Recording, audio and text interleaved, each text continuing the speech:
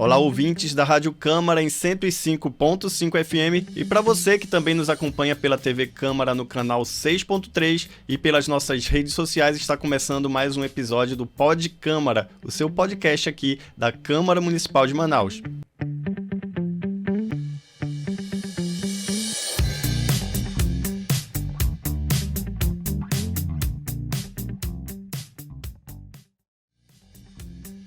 E o podcast da Câmara Municipal de Manaus de hoje tem o prazer de receber a vereadora professora Jaqueline. Olá, vereadora, seja muito bem-vinda aqui no Pod Câmara. Obrigada pelo convite, Lucas. E hoje a gente vai discutir aqui o ensino das legislações, das leis para crianças e adolescentes nas escolas. Mas antes, vereadora, da gente começar o nosso bate-papo, a gente tem um VT da nossa repórter Édria Caroline que vai tentar explicar um pouquinho mais sobre esse assunto. É parte de um conjunto de direitos que tem como inspiração o valor da igualdade entre as pessoas. No Brasil, este direito apenas foi reconhecido na Constituição Federal de 1988. Antes disso, o Estado não tinha obrigação formal de garantir a educação de qualidade a todos os brasileiros. O ensino público era tratado como uma assistência, um amparo dado àqueles que não podiam pagar. É por meio do conhecimento que o indivíduo impulsiona a sua vida, direciona a sua trajetória, desenvolve valores éticos e exerce plenamente sua cidadania, compreendendo seus direitos e deveres. Quem não tem nenhum acesso à educação não é capaz de exigir e exercer direitos civis, políticos, econômicos e sociais, o que prejudica sua inclusão na sociedade moderna. Pensando nisso, o projeto OAB Vai à Escola, que existe há mais de 15 anos, tem como objetivo levar aos alunos da rede municipal de ensino noções de direito, deveres e respeito, além de assuntos como a violência nas escolas. O tema foi abordado esta semana no programa Câmara é Notícia pela presidente da comissão da OAB Vai à Escola, a advogada Rosana Antoni. Ela explicou que o objetivo do programa é minimizar os problemas ocorridos dentro das escolas. A parceria é importante para que os estudantes possam entender os seus direitos, deveres e que são, acima de tudo, cidadãos. Em virtude disso, hoje o Pod Câmara vai abordar a importância de ensinar a legislação nas escolas.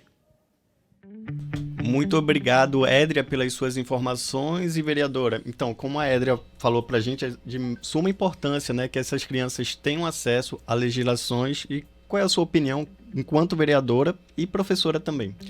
Olha, primeiro que o mais importante de todas as políticas públicas é o acesso à educação, Realmente, pela Constituição de 1988, a gente universalizou o acesso à educação para todos, É como um SUS. A gente tem um Sistema Único de Saúde, que é um plano de saúde que dá acesso a todas as pessoas do Brasil. Brasileiros, inclusive estrangeiros que moram no Brasil também. Então, a maior importância é você trabalhar na educação nessa perspectiva de conscientização de direitos, Nós temos o Estatuto da Criança e Adolescente, nós temos hoje mulheres igualmente tratadas, porque, pelo menos na lei, a gente na Constituição, somos mulheres e homens iguais perante a lei. E as crianças também têm uma regulamentação própria, que é o Estatuto da Criança e do Adolescente. Então, se ela já começasse a primeira e principal legislação de proteção à criança e adolescente, que é o nosso público, que hoje está na escola, a gente já tinha um avanço muito grande.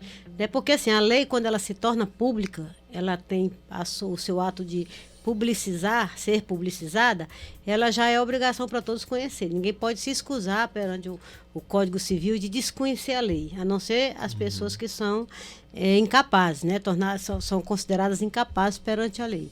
Então, essa iniciativa da OAB ela é muito importante, mas ela não vai abranger todas as escolas e todo esse público, Hoje, as nossas crianças também estão muito mais bem orientadas, porque esse acesso às informações, digamos assim, esses meninos hoje, eles sabem muito bem usar um telefone, pesquisar, bota lá na Bia, A Bia responde tudo.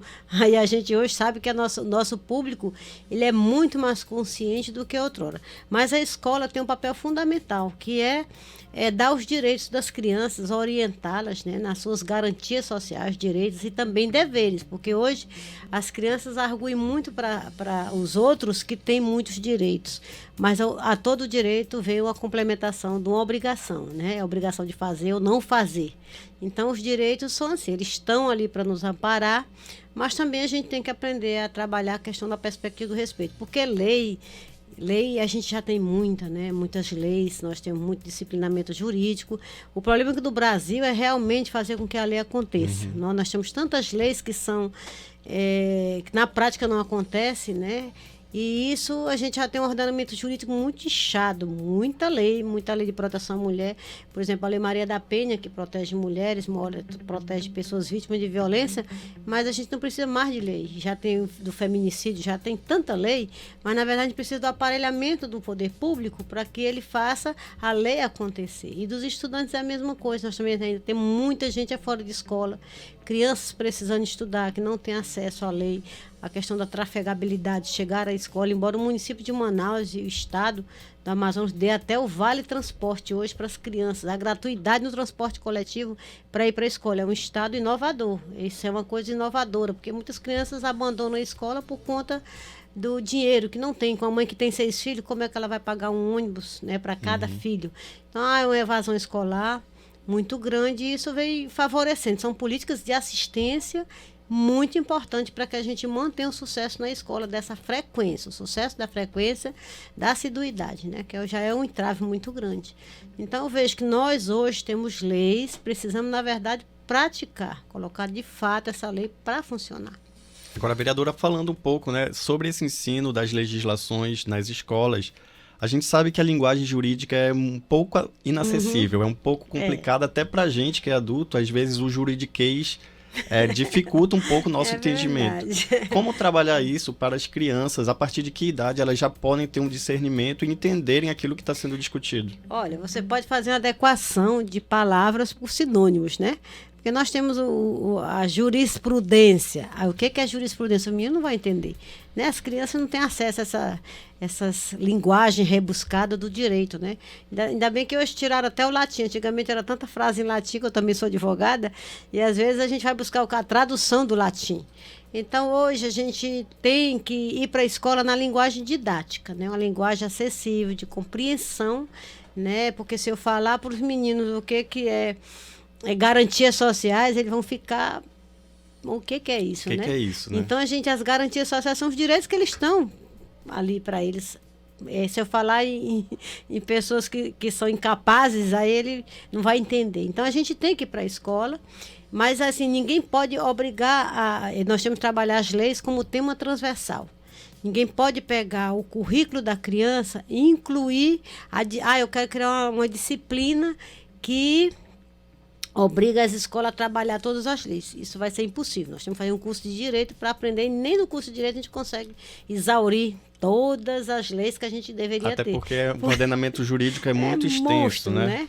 A gente tem muito constitucional, penal, nós temos civil, nós temos direito... Tantos direitos, assim... Trabalhistas. Se a gente for fazer uma lista, a gente não consegue. Por isso que existe a subespecialização. Eu termino o curso de Direitos generalista, depois me especializo. Eu sou criminalista, né? Eu gosto do direito penal. Então, a gente se especializa naquilo que você se identifica. E numa criança, a gente não consegue pegar todos os direitos, né? As vertentes do direito e trabalhar. Então, não adianta dizer, eu vou criar uma disciplina do direito. Você pode trabalhar uma temática, por exemplo, direito das crianças e do adolescente, tornar obrigatório como tema transversal, sim, porque nós já temos um currículo comum no Brasil, que é aquele currículo que todos são obrigados a trabalhar na escola, e temos a parte diversificada, que é onde entraria as especificidades da região ou os interesses legislativos, que são da cidade, né? Que a Câmara Municipal pode fazer. Por exemplo, eu já tenho lei que trabalha noções de hospitalidade, né, de turismo, porque nós somos uma cidade turística, só que nós precisamos aprender a receber bem o turista. Então, eu coloquei como tema transversal, mas eu não posso criar uma disciplina para trabalhar a hospitalidade e o turismo dentro da escola. Falando de ensino público. Isso, claro. Isso a gente obriga a escola pública, né?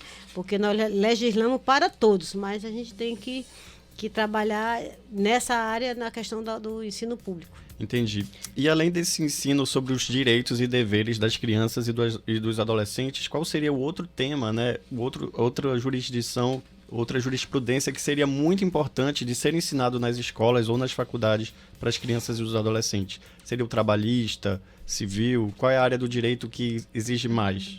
Olha, assim, a gente tinha que procurar trabalhar na questão de direito civil, né? Pessoa como... O que eu tenho como direito sendo uma pessoa? Eu nasci, eu sou cidadã, mas eu só sou cidadã no momento que eu me registro. Para efeito de criar um CPF para mim, eu tenho que me registrar. Primeiro passo, muitas mães saem das maternidades hoje sem sequer registrar os seus filhos. Né? Que aí você fica naquela subnotificação. Ele é uma criança que perante a lei ele não existe. Isso impede os direitos direitos impede básicos. O acesso aos outros direitos. Por exemplo, eu tenho o direito de fazer o meu cartão do SUS, entrar nos planos de governo de assistência social. E o primeiro passo é tirar a certidão de nascimento de uma criança. Aí ela começa a existir legalmente perante a sociedade. Então, muitas pessoas não existe gente que hoje não tem registro, que nasceram, cresceram, morreram e vão como indigentes, porque não tem uma certidão de nascimento, que é o primeiro passo, o primeiro direito, né, que a pessoa tem que saber que existe.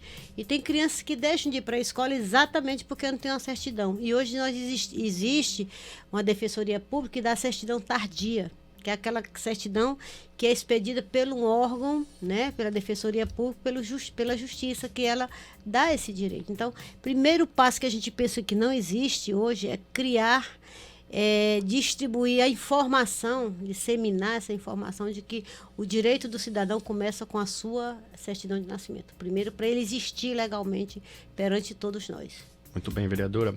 Agora, falando ainda do ensino, né, dessas legislações nas escolas, qual seria o profissional mais indicado? Seria o profissional um professor, né, da magistratura ou do direito? Olha, o magistério, porque assim, o nosso público é professor, são alunos de ensino fundamental. Primeiro segmento, né, educação infantil e ensino fundamental, primeiro e segundo segmento. Nós temos de primeiro ao quinto ano é o primeiro segmento, e de sexto ao nono ano é o segundo segmento, que naquele nosso tempo, né, porque do meu tempo, eu era de oitava série, de primeiro ao oitavo ano, né, que era série. Hoje nós somos anos, né? Sim. Então a gente tem esse disciplinamento jurídico dentro da LDB, a 9394. Então o que a gente precisa fazer? É o professor ele pode ter noções de direito, né? E o direito, o Estatuto da Criança e do Adolescente, que é a cartilha do nosso público, é exatamente o professor, ele se apropria, ele pode estudar. O Conselho Tutelar também pode ir às escolas fazer palestras, dar noções dos direitos dele, né? Mas, assim, o Estatuto da Criança e do Adolescente é uma lei tão disseminada, tão divulgada, que eu acho que as crianças deveriam ser uma bíblia para as crianças, né?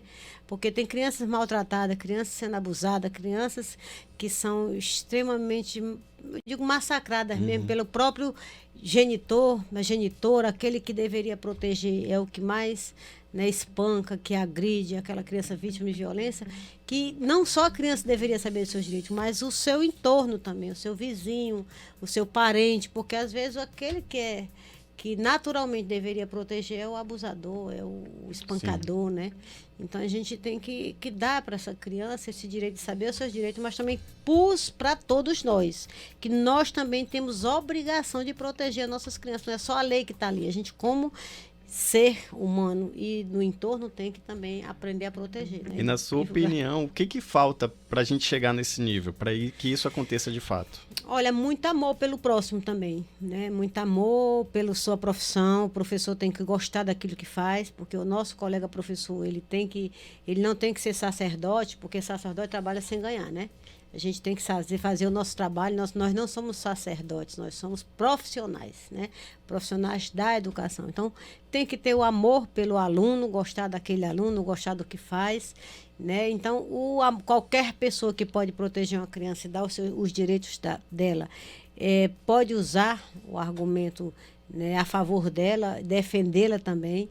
E o professor, ele é preparado, né? Quando você faz o seu curso de magistério, sua faculdade, né, voltada para a educação, porque a educação, o professor é um cientista, né? Nós somos os cientistas, a gente trabalha media a educação, a cultura, né, relações sociais. O professor ele é muito complexo. A responsabilidade de um professor tem uma complexidade muito grande. Então, a gente sabe que o professor é aquele profissional que poderia trabalhar como tema transversal, né, essas leis, esses direitos das crianças, né, o direito da mulher vítima de violência, a rede de apoio, onde a criança pode procurar apoio, né, o conselho tutelar existe, né, onde denunciar, porque o professor pode dar palestra, pode conversar, porque ele é preparado para isso. Nós somos multidisciplinares, né, professor de ensino primeiro segmento, né, educação infantil, ensino fundamental, ele é professor polivalente. Né, o que é o polivalente? Aquele que dá todas as disciplinas. Não existe um professor para cada disciplina. Então, ele está preparado para isto. Agora, vereadora, a gente está falando aqui de leis, de legislações, de jurisprudências, né, que são assuntos que estão intimamente ligados ao trabalho que é desenvolvido aqui na Câmara Municipal de Manaus, que é a casa que cria as leis, né? A senhora acredita que se houvesse uma maior intimidade dos estudantes com esse universo, com o parlamento, facilitaria, melhoraria as escolhas políticas que esse pessoal vai fazer lá na frente a partir dos 18 anos? A partir dos 16. A partir dos 16, é verdade. Porque assim, nós não somos obrigados, a lei não obriga você a votar a partir dos 16 anos. Mas ela dá essa faculdade. Você pode tirar o seu título e votar. Mas se não quiser, não é obrigado, a partir de 18. Que eu aconselho que votem a partir de 16 anos. Por quê? Porque às vezes as crianças deixam de tirar o seu título de eleitor porque não é obrigado. E é um documento que você precisa para arranjar emprego, até, por exemplo, quem tem 16 anos, isso aqui eu estou dando uma orientação, né? Quem tem 16 anos, que vai arranjar um emprego, meu primeiro emprego, ou aquele emprego de distrito industrial, né, que é o primeiro emprego, ele precisa do título de eleitor. E a Justiça Eleitoral tem um tempo que ela fecha para emissão de título. Então, aí quando você arranja emprego, mas está fechado para emissão de título, você se prejudica, porque deixa de ter o emprego porque não tem o título de eleitor, que é uma obrigação, né? É um dos quesitos que o empregador pede, né? O título de eleitor. Então, é importante que todo mundo tenha, mesmo que não vote, né? Sim. Que ele possa tirar, né, se prevenir, porque o brasileiro é aquele tipo que só deixa para a última hora, fecha a porta quando foi assaltado, né, o ladrão entrou. Então a gente tem que ter essa preocupação. Eu divulgo muito isso, porque eu quero tirar o título de eleitor do meu filho, mas ele arranjar o meu primeiro emprego, mas não tem o TRE fecha em determinados momentos, porque eles vão tratar só das eleições dos parlamentos, né? Então tem que ter essa divulgação. Então tudo, às vezes, as pessoas se equivocam porque não sabem dos direitos, né? Ou das obrigações, porque é uma obrigação de cada um tirar seu título, né? Não é o direito, é uma obrigação. É uma obrigação, né, de cada indivíduo. Cada cidadão tem que tirar o seu título de eleitor. Então é importante a gente divulgar. E esses meninos hoje, eles têm mais acesso à informação, não é como no nosso tempo. Nosso tempo era tudo, a gente pesquisava na biblioteca. Hoje tu pega um celular, tu pesquisa no celular. Tu fala com a Bia a hora que tu quer, né? Quantos anos eu tenho que tirar o título de eleitor? Aí a Bia responde. Então, a Bia, ela é muito funcional para esses meninos. Pra gente, que eu já tô na idade mais para trás, para usar a Bia eu tenho mais dificuldade. Já aprendi, porque eu também sou adaptável. Mas esses meninos sabem muita coisa. Então, mas às vezes ele não pesquisa o essencial. Ele pesquisa aquela curiosidade dele momentânea. Então, eu acho que a gente tem que começar a instruir esses meninos de buscar os seus direitos, mas exercer com plenitude, com seriedade. Porque assim, você orienta, faz a palestra, tudo direitinho, mas o voto ainda é uma coisa muito difícil. Por quê? Porque as pessoas estão vendendo o seu voto. Você trabalha o voto, na hora do voto ele vota em quem pagar, pela uma cesta básica, pelo favorecimento de alguma coisa. Então, isso nós temos que desconstruir na ideia desses meninos novos, né? Para a gente dar para eles o sentimento de que você vai escolher o seu candidato, você vai passar 4 anos com o seu candidato, né? Que aquilo ali não tem preço, tem uma consequência. O voto é uma consequência dos seus atos, né? Se você votou numa pessoa que não vai ser o parlamentar que você espera que ele seja, você vai ficar 4 anos com ele lá, né? E outra coisa, os meninos hoje usam muito mídia, né? Todo mundo faz live, todo mundo aparece de todo jeito, e às vezes o que você aparece na mídia não é a essência do parlamento, do político. Tem muito político que faz muita live, muita coisa bonita, e aquilo é muita estamparia. Eu tô meio fora da política daqui uns dias, porque eu não gosto de fazer essas coisas, fazer muito, aparecer, fazer de tudo, essa coisa muito midiática. E aí, quem sabe fazer isso vai ficar na política enganando a vida toda. Lembrando... Desculpa, mas assim, a minha reflexão como educadora, porque às vezes nem tudo que é, nem tudo que parece nem tudo que reluz é ouro, né? E tem gente que fala muito bem, faz aquele discurso para a plateia, mas por trás não é aquilo que é a essência, né? Então a gente tem que ter essa preocupação. E eu vejo que a política é o escape ainda para a gente fazer as coisas acontecerem. Exatamente, vereador. E para você que quer acompanhar a atuação do seu vereador aqui na Câmara Municipal de Manaus, a gente lembra que as sessões da Câmara são transmitidas ao vivo pelo canal 6.3 da TV Câmara, pela Rádio Câmara em 105.5 FM e também pelas nossas redes sociais. Agora, vereadora, voltando ao nosso assunto, a senhora falou sobre a importância do primeiro emprego, né? E a gente vê que muitos jovens entram ali no mercado de trabalho, na adolescência ainda, sem ter noções básicas de direitos trabalhistas, o que favorece muito a exploração por parte do empregador, né? Desse trabalhador, desse jovem, né? Que vai para o mercado de trabalho. Como é que a gente pode diminuir essa fragilidade desses trabalhadores? Seria o ensino... do direito trabalhista nas faculdades, nas escolas, isso é viável? Por exemplo, ele já tem uma legislação trabalhista toda específica, né? Uma criança só pode trabalhar a partir daquela idade e tudo mais. Agora, sim, primeiro parabenizar as empresas que aproveitam essa mão de obra, não é infantil, é de adolescente, porque infantil não pode. Mas, assim, primeiro parabenizar, porque assim, é uma forma de você começar a trabalhar esse profissional para o mercado de trabalho, né? Profissionalizar e ele vai criar o network dele, aquela relação de amigos que futuramente ele pode ser aproveitado.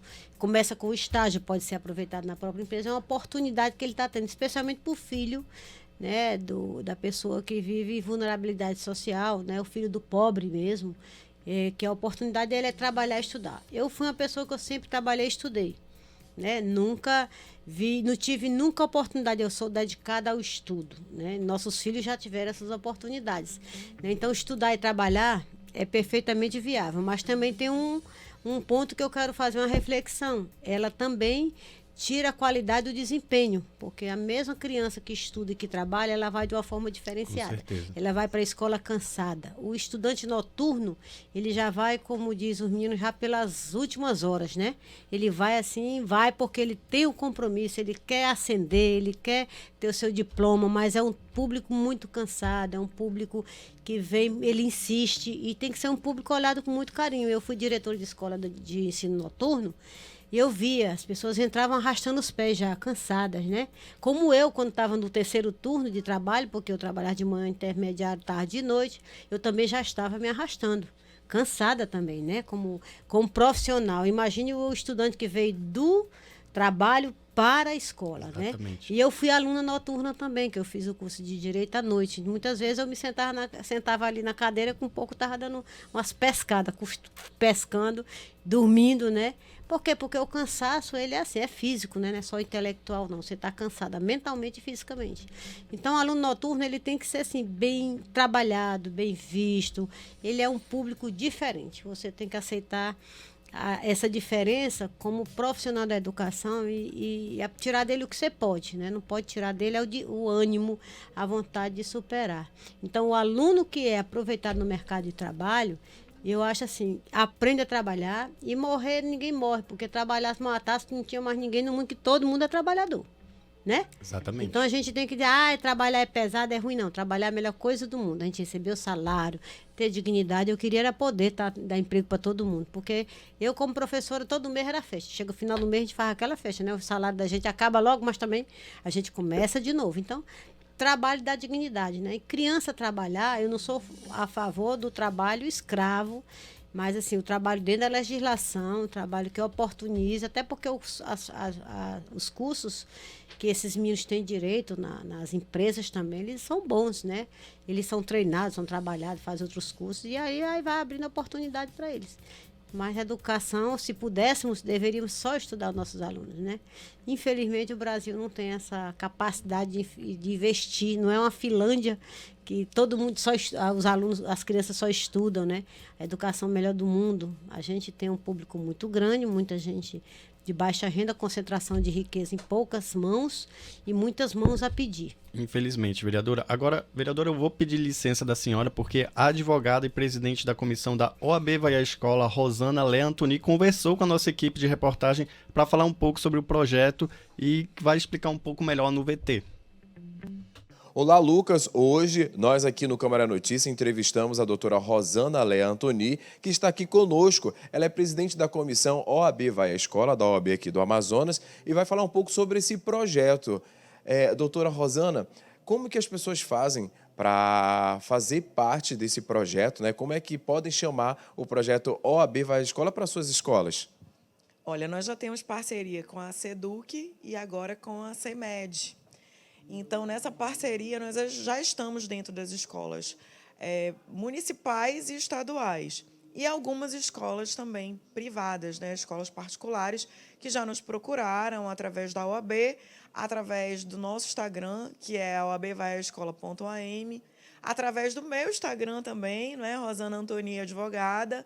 Então, através desses meios de comunicação, nós, com a solicitação, vamos até a sua escola levar cidadania, temas de grande relevância que vão realmente contribuir para o crescimento dos nossos jovens. Doutora, a gente sabe que esses assuntos que vocês levam são importantes, né, para a formação da sociedade, mas eu queria ouvir da senhora, como a senhora acha que essa contribuição vai direto para essa sociedade? Quais são os resultados positivos?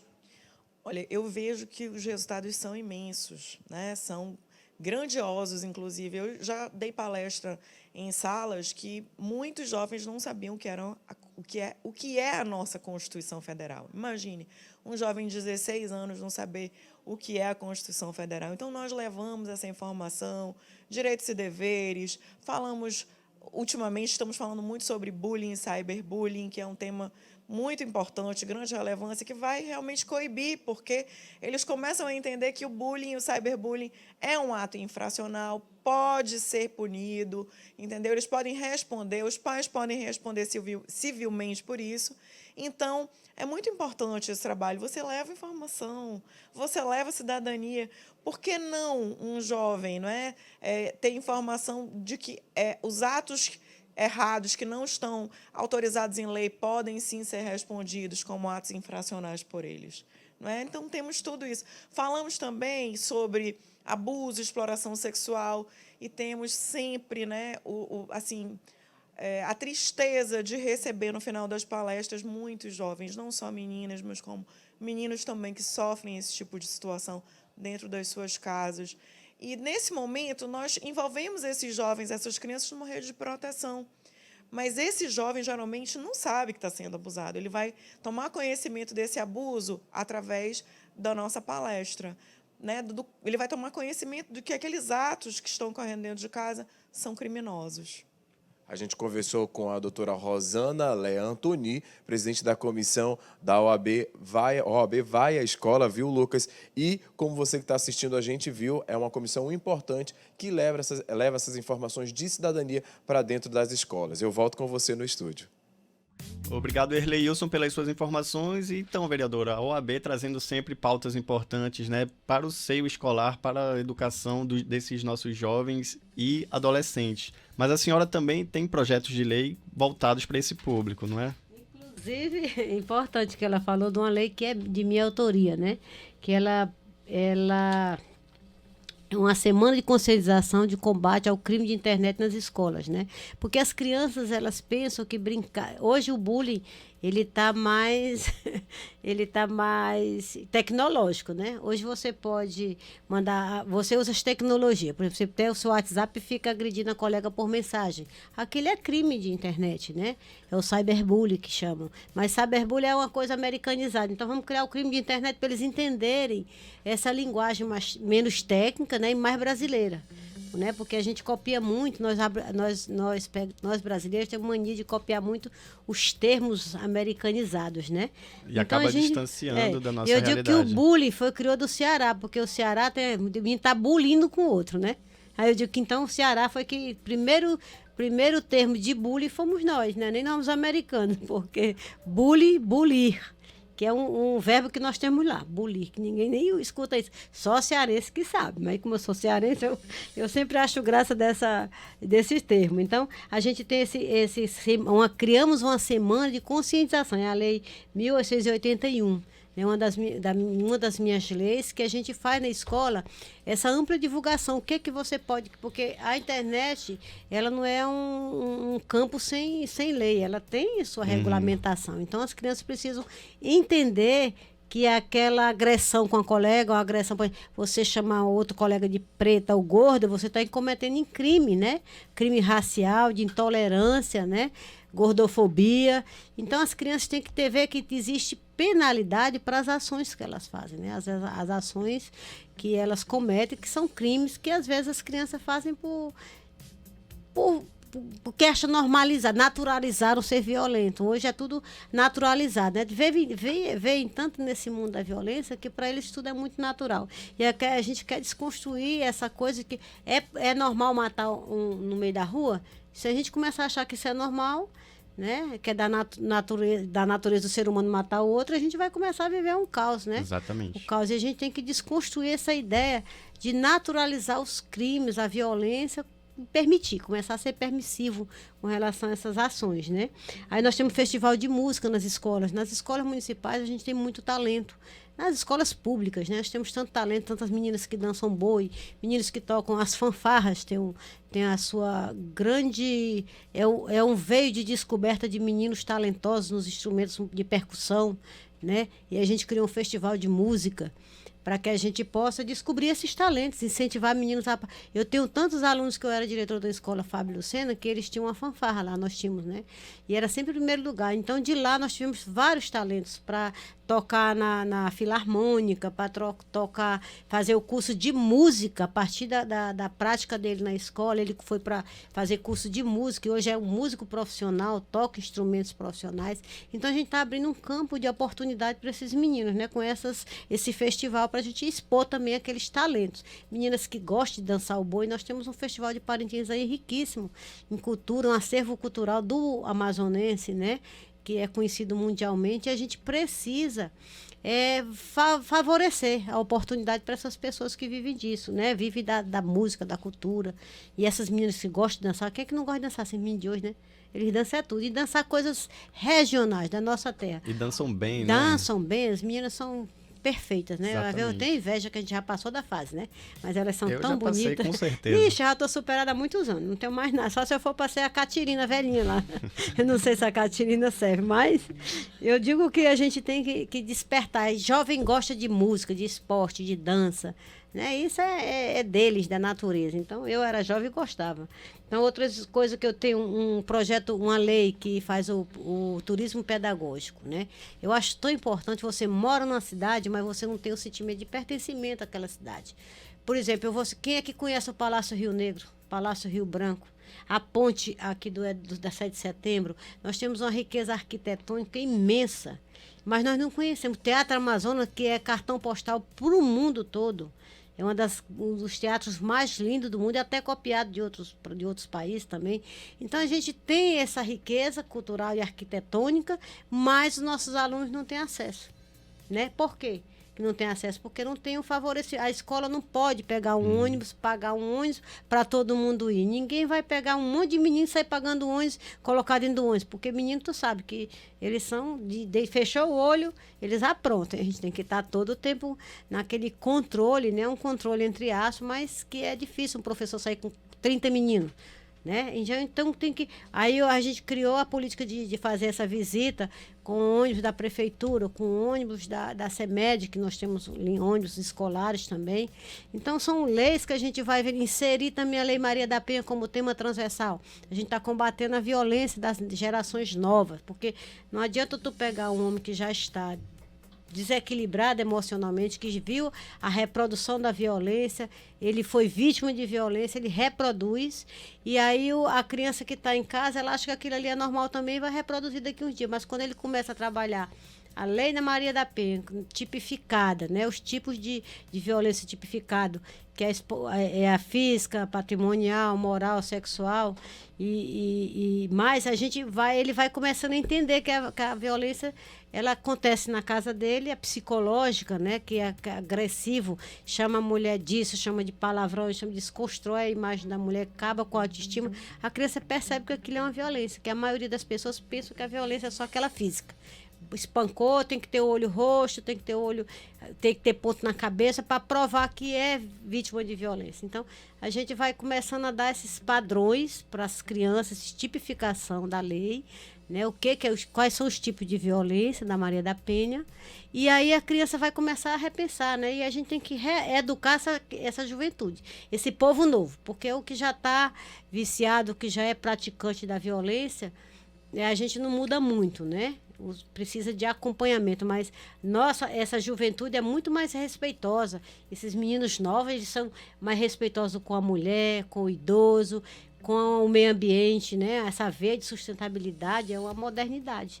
Então a gente precisa trabalhar esses meninos nesse consciente coletivo para que eles trabalhem a questão do respeito, e a educação é decisiva, né? No papel dele tem um papel decisivo nessas políticas. Muito bem, vereador. Infelizmente o nosso tempo já está esgotando. A gente poderia continuar falando aqui por hora, o dia todo, mas o nosso tempo é curto. Então a gente quer agradecer a sua presença aqui no Pod Câmara de hoje. E para finalizar, eu queria que a senhora deixasse os seus contatos para a pessoa que está nos assistindo, quiser entrar em contato com a senhora, como é que ela pode fazer?